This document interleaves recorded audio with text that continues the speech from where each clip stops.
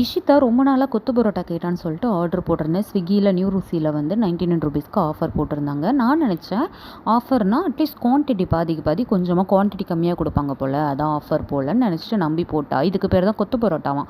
3 பரோட்டாவை பிச்சு போட்டு குழம்பு ஊற்றி ஊற வச்சு கொடுத்துட்டு உனக்கு இது கொத்து பரோட்டாவாடா, ஒரு முட்டை இல்லை ஒரு சிக்கனை பிச்சு போட்டு ஒரு கொத்து கூட கொத்தலை, இது வந்து ஒரு சும்மா ஒரு 2 பீஸ் சிக்கனை மேலே தூக்கி வச்சுட்டு அப்படியே அனுப்பிட்டான்.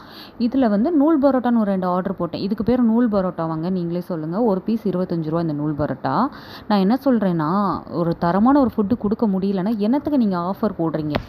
காசு அதிகமாக கொடுத்துட்டு நல்ல ஃபுட்டை சாப்பிட்டுட்டு போயிடுவோமே, ஏன் இப்படி ஏமாத்துறீங்க மக்களை? சால்னால தேங்காய் முழுசாக கிடக்குது. எங்கள் வீட்டில் கூட நம்ம இப்படி அரைச்சி சால்னா வைக்க மாட்டோம். வாயில் வைக்க முடியல, வாந்தி தான் வந்தது. தூக்கி தூர போட்டுட்டு பட்னியாக கிடந்து தான் மிச்சம் இன்னைக்கு. என் குழந்தை சொல்கிற, அம்மா நீங்களே பரோட்டா நல்லா பண்ணி கொடுப்பீங்கம்மா, பண்ணி கொடுங்கம்மான்னு கேட்குறா. தயவு செஞ்சு மக்களே, ஆன்லைனில் ஆஃபர் போடுறாங்கன்னு சொல்லிட்டு என்ன மாதிரி நம்பி யாரும் ஏமாந்து போகாதீங்க. எல்லாம் ஃப்ராடு பயலுங்க.